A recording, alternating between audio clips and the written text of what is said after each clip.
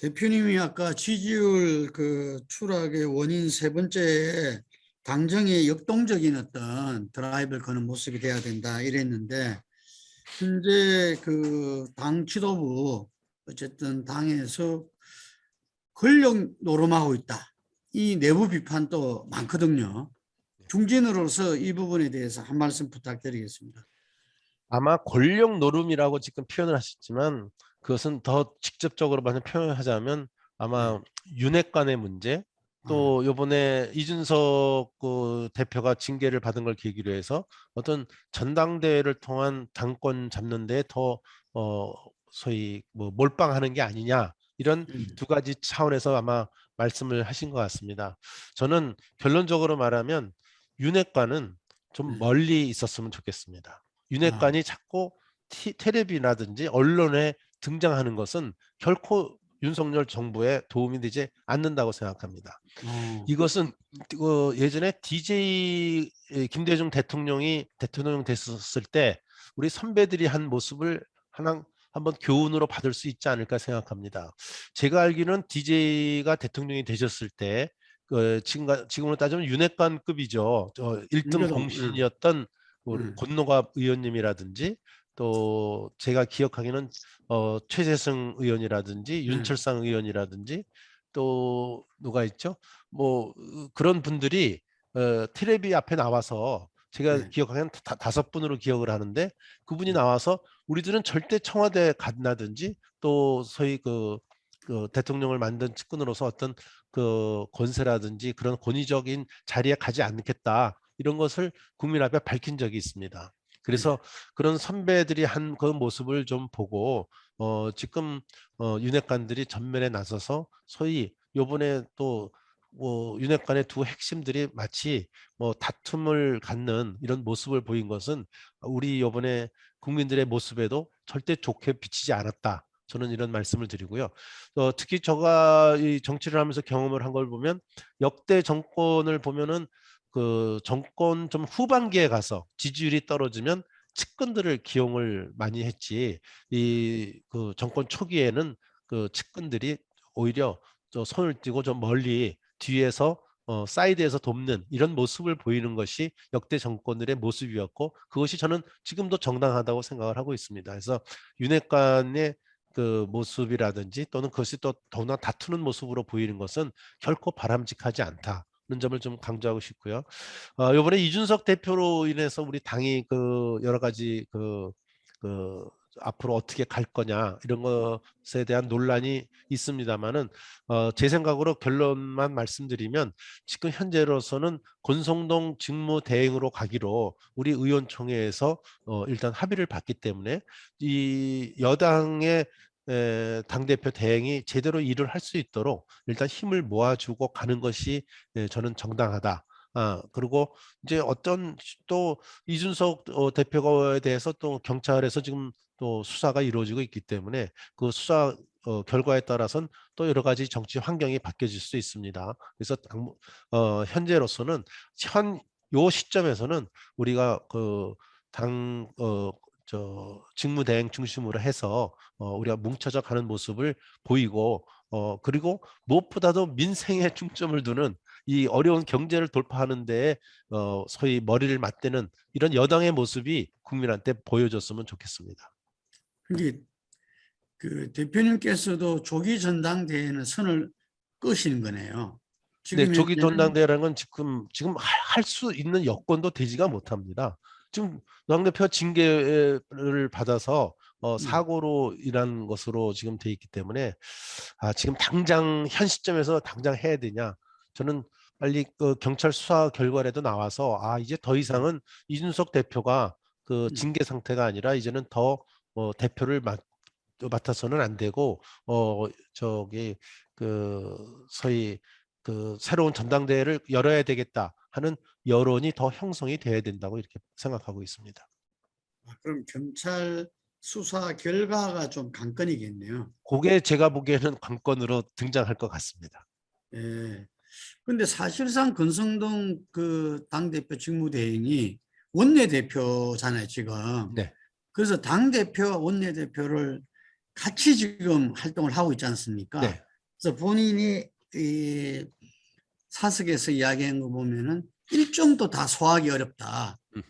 당대표, 우리 이 정우택 원내대표님, 원내대표도 지내셨기 때문에 잘 아시겠지만, 당대표, 원내대표 두 가지를 한꺼번에 하는 게 현실적으로 무리가 많다고 이렇게 본인도 이야기한답니다. 네, 그건 뭐 사실입니다. 그러니까 음, 뭐 한 가지를 어떤 것을 선택할 때 한 가지만이 지상 최고의 선택이라고 할 수는 없죠. 물론 지금 말씀하신 대로 아마 이제 9월부터는 정기국회가 시작이 되기 네, 때문에 정기국회 시작되면 아마 원내대표가 정기국회 감당하기도 바쁠 겁니다. 근데 네, 이제 여러 가지 당무적인 일, 당을 대표해야 되는 일, 이것까지 두 가지를 한다. 결코 쉬운 것이 아닐 것입니다. 그래서 일단은 그 말씀에 저는 뭐 이의가 없습니다.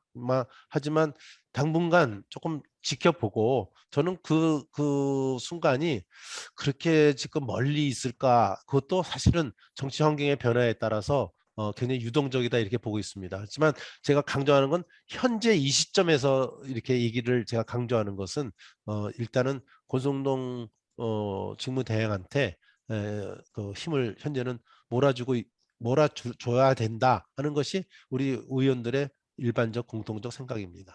근데 좀 전에 대표님 이야기하신 윤핵관이 좀 TV에서 이렇게 좀 안 보이는 게 좋다. 근데 전형적인 윤핵관 중에 한 분이 권성동 대행인데, 그러면은 두 가지를 다 하니까 매일같이 TV에 보일 수밖에 없잖아. 네, 뭐 거기에 권성동 대표만이 윤핵관을 대표하는 사람 중에 하나이지만 네, 또 다른 분들도 여러분이 음, 계시기 때문에 그분들이 음, 좀 자제해주고 권성동 대표는 원내대표로서 일을 하는 특히 그 윤핵관끼리 뭐 서로 다툼이 있고 감정이 있는 듯이 보이는 것은 결코 좋지 않다. 이 점을 더 강조하고 싶습니다. 예. 지금 현재 뭐 조기 전단이 이런 이야기들이 나오면서 자연스럽게 그 당권 주자들이 거론되고 있습니다. 안철수, 김기현, 장제원, 나경원, 그리고 정우택 대표님하고 최재형 비대위원장도 거론됩니다. 이 아까 이 윤석열 대통령 지지율 하락의 당의 어떤 이 문제를 이야기하셨는데, 지금 국민의힘은 이 차기 당권 주자들은 좀 어떤 리더십을 갖고 이 당을 이끌어야 된다고 보십니까? 이번에 저희 당의 가장 중요한 역할은 윤석열 정부를 성공시키는 것입니다. 그래서 그 성공시키기 위해서 가는 과정에 또 내후년에 또 국회의원 총선이 있지 않습니까? 그래서 네, 총선에서 반드시 승리해 가는 길이 정치적으로는 1번이고요. 또 네, 두 번째로는 이제 경제와 민생, 우리 국민들이 이 경제 위기를 정부가 잘 돌파해 주기를 바라는데 여기에 모든 힘을 쏟는 그런 노력의 모습이 굉장히 중요하다고 생각합니다. 그래서 이번에 그 당 대표는 당정은 물론이고 또 대통령실까지 포함해서 당정 대통령실이 긴밀한 소통을 통해서 이런 여러 가지 위기의 상황을 잘 극복할 수 있는 리더십을 가진 사람, 또 윤석열 정부를 성공시키기 위해서 당에서 또는 정부에서 모든 일을 소위 그 수렴해 나갈 수 있는 지도력을 가진 분이 저는 당대표가 됐으면 좋겠다 이렇게 생각을 합니다. 그 좀 이제 경륜과 실질적인 능력이 있는 분이 좀 당을 이끌어야 된다, 이런 네, 말씀이시네요. 네, 그렇습니다. 예, 그리고 이제 뭐 한 가지 더 말씀드린다면 네, 네, 이제 그 윤핵관 쪽의 사람이 또 당을 대표하는 모습은 아까 말씀드린 대로 윤석열 정부의 초기이기 때문에 그 좋은 모습이 아닐 거라 이렇게 생각하고요. 지금 또 이준석 대표 같은 경우에는 지금 현재 아까 말씀드린 것처럼 경찰 수사 중이기 때문에 이 문제에 대한 어떤 기소 여부에 따라서 상당히 이준석 대표의 위치도 유동적이다 저는 그렇게 보고 있습니다. 그래서 지금은 그런 어떤 색깔을 띠는 사람이 아니라 어떤 세력의 그 소위 그 뒷받침을 갖고 움직이는 그런 세력을 대표하는 사람이 아니라 정말로 아까 말씀드린 대로 이 당정을 제대로 이끌 수 있고 이런 경제 위기를 돌파하고 윤석열 정부를 성공으로 이끌 수 있는 리더십을 가진 사람이 나와야 된다. 저는 이렇게 보고 있습니다. 이건 조금 다른 이야기인데 대표님께서는 이전에 탄핵 위기 속에서도 자유한국당의 원내대표로 끝까지 그 당을 갖다가 사수하면서 이끌었지 않습니까? 그렇게 볼 때 정권 교체는 남달리 좀 이 관계무량했지 않나 생각하는데 그때를 회고했을 때는 좀 어떻습니까? 네. 그래서 제가 스스로 자평을 하면 네, 저 자신의 정치인으로서의 리더십이 뭐냐. 저도 네, 한번 제가 스스로를 물어보고는 하는데 네. 건방진 소리지만 저는 좀 위기에 강한 아, 리더십은 그런 점에서 저는 좀 강한 측면이 있다. 저는 이렇게 생각합니다. 평시보다는 위기 때는 저도 모르게 엔돌핀이 나오는 것 같아요. 그래서 지난번 그 탄핵 때도 사실은 뭐 회고 잠깐만 하자면 음, 어 박근혜 대통령이 국회에서 2016년 12월 9일 날 탄핵을 받으니까 이 네, 당이 완전히 풍지박산이 났습니다. 또 네, 당의 핵심 인물들은 뭐 다른 정당을 만들겠다고 뛰쳐나가고 있고 나머지 의원들도 어떻게 해야 될지를 몰라서 보따리는 싸놓고 어느 당으로 가야 되는지 이 당에 남아서 있다가는 다 망하는 게 아닌지 이런 위기감이 있을 때 저하고 또 비대위원장으로 오신 분하고 같이 힘을 합쳐서 이 당을 지켜나가자고 해서 결국 이 당이 지금까지 오게 된 데에 대해서는 그 당시의 위기 상황은 정말 절대절명의 위기 상황이었다고 생각합니다. 다만 지금의 정권 교체는 그 후에 계속 선거마다 소위 우리 당의 승리를 못했지만 처음으로 이번에 승리를 가져온 것이 바로 이번에 정권 교체입니다. 그래서 이 정권 교체라는 건 정말 값진 것이고 이것이 정말로 윤석열 정부의 승리로 갈 수 있도록 경제와 민생 또 당 이 모든 것이 잘 챙겨져야 된다 이렇게 보고 있습니다. 지금 당에서는 그 혁신위가 가동되고 있습니다. 그런데 이 혁신에서 공천 혁신 시스템을 준비하겠다는 이야기를 했습니다. 공천 문제가 아마 총선 승리에서도 굉장히 중요할 것이고 대표님께서도 이 몸소 그 공천에 대한 불합리한 부분을 겪으셨지 않습니까? 네. 예, 그래서 이 부분은 어떻게 돼야 된다고 보십니까? 이 부분은 제가 결론부터 좀 얘기를 하자면 예, 이 공천이 정말 이 정당이 그동안 위기로 온 데에 대해서 하나의 결정적 요인 중에 하나입니다. 예, 저는 이 공천은 2016년에도 그 당시 박근혜 대통령이고 저희가 여당이었을 때 야당이 갈라졌기 때문에 선거 구도가 좋아서 뭐 음, 180석까지 얻겠다 이런 얘기를 예, 했지만 뭐 옥새 들고 날르고 뭐 여러 행동을 취하니까 음, 결국 표를 까니까 오히려 한 석이 모자르는 그런 예, 결과를 가져와서 정세균 의원이 야당 국회의장이 나오는 이런 행태가 벌어지지 않았습니까? 2020년 선거도 마찬가지로 소위 쫄딱 망했습니다. 그 원인 중에 하나가 저는 예, 공천이 잘못됐다는 것이 많은 분들이 얘기하고 있습니다. 예, 그래서 저는 이번 혁신위가 공천 제도를 바꾼다고 여러 가지 좀 개혁안을 내놓는다고 하는데 저는 가장 큰 문제는 우리 당의 지도부가 저는 떴다방입니다.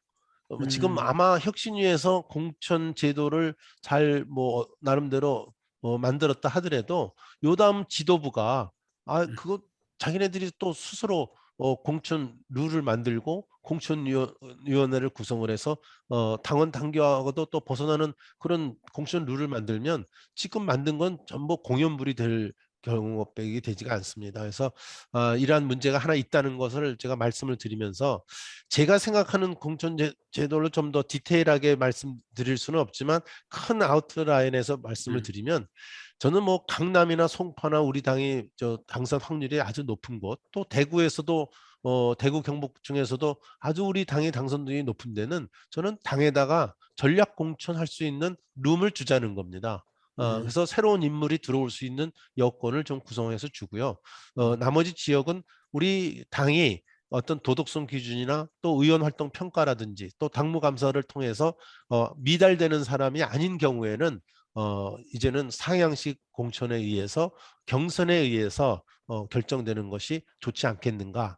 아우터 라인만 말씀을 드리면 저는 그렇게 생각을 하고 있습니다. 음. 아마 최재형 의원이 감사원장도 지내고 아주 그 소신 있고 청렴하신 분이니까 좋은 그 공천 제도를 아마 국민들 앞에 내놓지 않을까 저는 이렇게 전망을 합니다.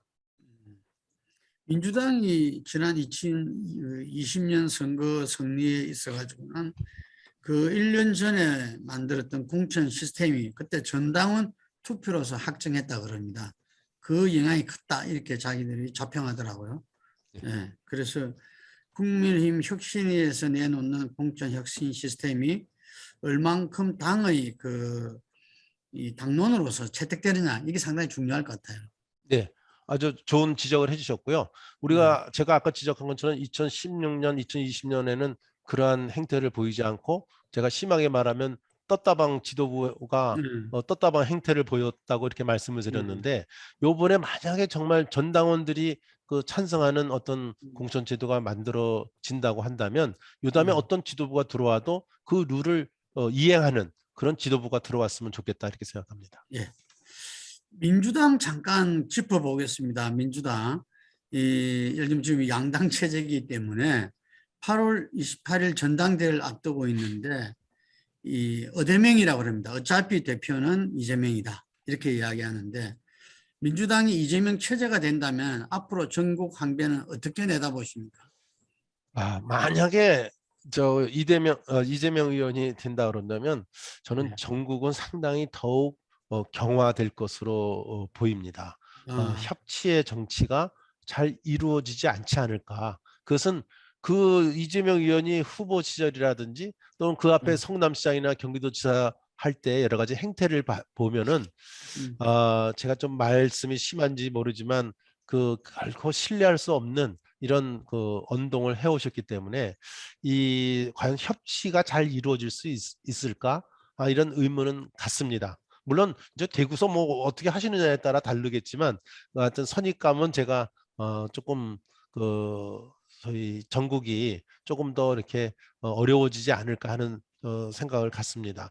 다만 이제 이재명 의원인 경우에는 지금 그 당내에서도 거론이 되고 있지만 그 이재명 의원의 그 사법 리스크에 대해서 많은 분들이 지금 야당 내에서도 거론이 되고 있어서 이번 이 사법 리스크의 문제가 앞으로 그 이재명 소위 의원은 물론이고 또 당대표가 된다면 당대표의 운명에도 저는 좌우될 것으로 이렇게 보고 있습니다. 이재명 의원이 출마 선언할 때 검찰, 경찰 수사를 동네 무당 굿하듯이 한다. 그러니까 내용이 없으면서 번중만 계속 울리고 있다. 이렇게 격렬한 비난을 쏟아냈거든요. 우리 대표님이 중진으로서 이렇게 저렇게 듣는 이야기들이 계실 건데 제가 듣기로는 네. 지금 정부에서 이 에이스들이 다 배치돼 가지고 기소는 시기만 지금 조정하고 있다. 이렇게 들었어요. 글쎄요. 저보다 우리 대표님이 더 많은 정보를 갖고 계시기 때문에 제가 이걸 하는 건 아닙니다만은 지금 뭐 법카 사용이라든지 사실 법카 사용 같은 거는 뭐 처벌은 받겠지만 중범죄 처벌은 받지를 못할 겁니다. 그러니까 제가 생각하기에는 지금 예컨대 백현동 특혜 개발 이것도 압수수색을 했죠. 그래서 이 백현동 특혜 개발 같은 거는 성남시가 이 개발이 불가능한 자연 녹지 지역을 준 주거지로 용도 변경을 해주고 또 임대주택을 추진하다가 갑자기 또 일반 분양으로 전환을 해서 막대한 수익을 챙긴 아주 소위 말해서 냄새가 많이 나는 사업이었습니다. 그래서 이것이 그 이재명 의원이 성남시장 선거 당시에 선거대책본부장이 개입된 정황이 있기 때문에 이러한 문제들이 빨리 그 수사를 통해서 이재명 의원의 소위 그 개입 여부라든지 이런 것들이 빨리 결론 나야 될 거로 보는데 아마 이러한 사건들도 지금 대장동 사건도 그렇고 거의 뭐 내부적 수사는 다 이루어졌는데 지금 이재명 의원을 좀 소환을 못하고 있지 않습니까? 소환을 해서 이것을 해야 되는데 저는 뭐 이것은 너무 정치적인 어떤 그 기소 시기를 갖고 정치적으로 경찰이 재지 말고 법대로 이행해야 국민들도 더 하지. 이것을 자꾸 정치적 의미를 가미하고 또 뭐 그 정치적인 어떤 조건을 갖다가 자꾸 더 씌우기를 하면은 오히려 더 오해를 살 수 있다 이렇게 봅니다. 어쨌든 우리 전체 그 정치와 국정 운영을 위해서라도 빨리 결론이 네. 나서 이 문제가 더 이상 끌지 않고 예. 이렇게 그 정리를 되기를 다 바라고 있습니다. 네, 아까 말씀하신 것처럼 도둑이 제발 저린 격이라고 자꾸 이렇게 이재명 의원이 얘기하는 것도 결국 이건 나는 지금 정치 보복을 받고 있다. 그래서 정치 보복이라는 프레임을 만들어서 정당한 수사를 방해하고 회피하려는 목적이 저는 있다고 봅니다. 그래서 예. 이런 것을 방지하기 위해서라도 그 제대로 좀 수사가 이것도 왜 이렇게 수사가 진척이 안 되고 있느냐. 국민들은 저는 그렇게 생각한다고 봅니다. 이분이 결백하면 결백한 대로 아니면 그 위법했으면 위법한 대로 빨리 그 수사를 진척을 시켜야 되는데 수사가 지금 전혀 지금 내부적으로는 됐는지 모르지만 국민들로서는 좀 답답한 마음을 갖고 있다 이렇게 말씀을 드리고 싶습니다. 네, 알겠습니다. 국회로 가보겠습니다. 국회가 이제 이 내일 그 원구성이 마무리될 거로 예상되고 있습니다. 그래서 아마 다음 주부터는 상임위가 이 급하게 돌아가지 않겠나 이렇게 보여주는데 이 아까 대표님도 지적하신 상고 경제 위기가 아주 심각합니다. 그래서 여야에서는 20일 민생특위부터 구성하기는 합의를 했지 않습니까? 네. 그래서 이 국회가 민생 국회가 되려면 이 어떤 방향으로 이 운영돼야 된다 보십니까? 정말 이 민생에 대해서는 저는 여야가 없어야 된다고 생각합니다. 이 네. 민생 특위를 만들어 갖고 서로 이것도 어떤 정치적 입장에 따라서 자꾸 그 어떤 조건을 붙이고 소위 발목을 잡고 이런 행태는 해서는 안 된다고 저는 보고 있습니다. 그래서 하여튼 민생 특위가 합의가 봐줬기 때문에 빨리 민생 특위가 가동이 돼서 정말 국민들이 좀 피부적으로 와닿는 체감적으로 느끼는 이런 경기 침체를 벗어나는 좀 시원한 정책들이 전 제기되기를 원하고요. 네.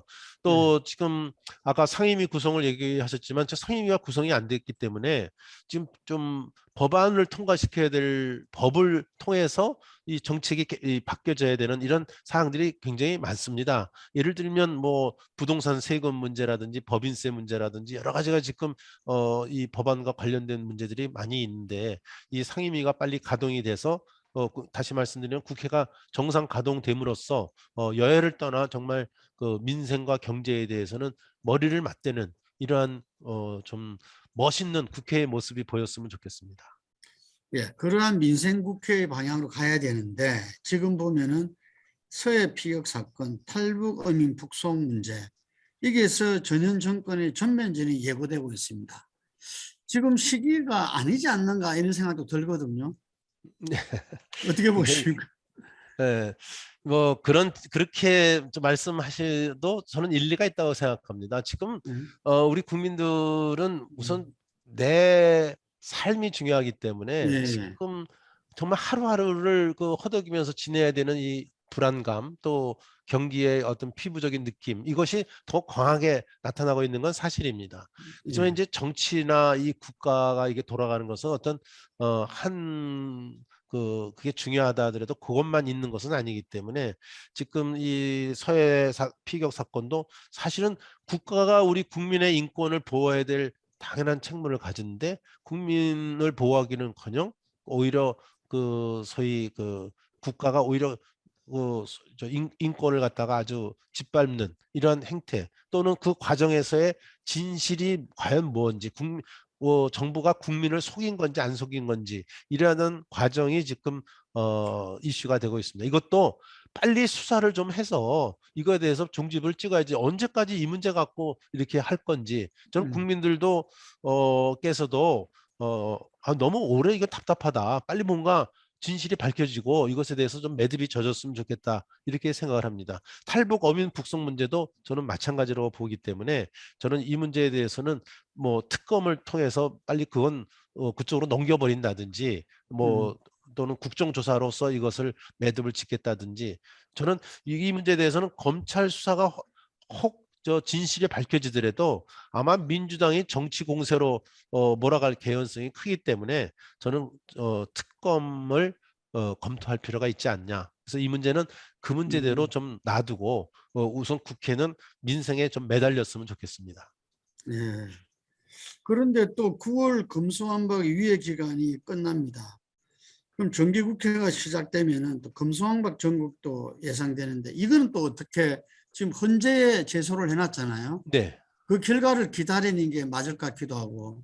네, 그래서 그 사법개혁 특위 네. 사개위를 구성하는 문제 같고 그게 굉장히 조건이 달렸습니다. 음, 그 검수완박법이 지금 헌재에 가서 그 권한쟁송으로 들어가 있는데 거기에 예. 판결 여하에 따라서는 사법개혁 특위의 또 움직임도 뭐 극과 극을 달릴 수 있거든요. 그래서 예.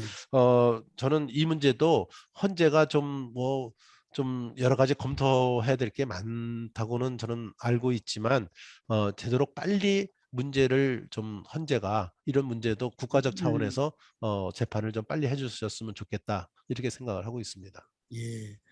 그 대표님께서는 어떤 상임위를 선택하셨습니까?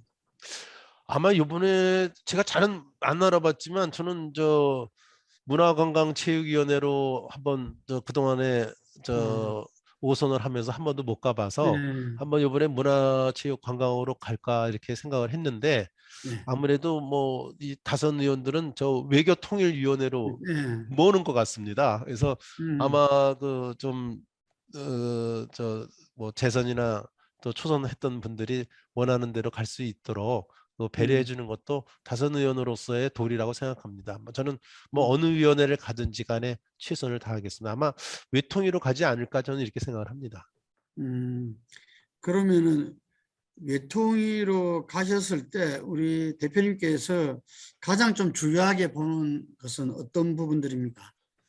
예, 그동안 우리 그 문재인 정부가 과연 북한 대북 정책에서는 뭐가 잘못됐는지 그래서 대북 음, 정책의 예전에는 뭐 삼는 소대가리라든지 별 얘기가 다 나오지 않았습니까? 하여튼 어쨌든 간에 그 북한과의 관계를 앞으로 어떻게 정립해 나가야 될 것인지 또 두 번째로는 문재인 정부가 한미 동맹 관계에서 굉장히 악화가 되었습니다. 약화라기보다는 약화되었다고 저는 이렇게 표현을 하고 싶은데 그래서 한미 동맹 간의 관계는 어떻게 앞으로 풀어갈 것인지 이건 더욱 강화돼야 된다고 보는데 강화되는 정책적 차원에서 정부가 어떤 정책을 추진하고 있는지 이런 것을 잘 점검해 보겠습니다. 또 세 번째는 일본과의 관계가 굉장히 악화된 것이 박근혜 정부 때부터 위안부 문제를 비롯해서 상당히 지금 홀딩돼 있습니다. 그래서 네, 일본과의 관계도 이번에 새 정부를 맞이해서 새로운 모색을 하고 있는 것으로 알고 있고 제가 또 그동안 한일의원연맹에서 많은 활동을 해왔기 때문에 네, 일본과의 관계에서도 하고 또 한 가지는 물론 지금 통상 문제는 산업통상부가 관장을 하고 있지만 요새는 그 외교가 거의 경제 외교 형식이 되기 때문에 경제적인 측면에서 우리가 외교적 실익을 얻을 것은 무엇인지 이런 것들을 잘 검토해 보도록 하겠습니다. 예, 감사합니다. 오늘 그 국민의힘 중진의원 정우택 그 대표님을 모시고 이 여러 중요한 고견을 많이 들었습니다.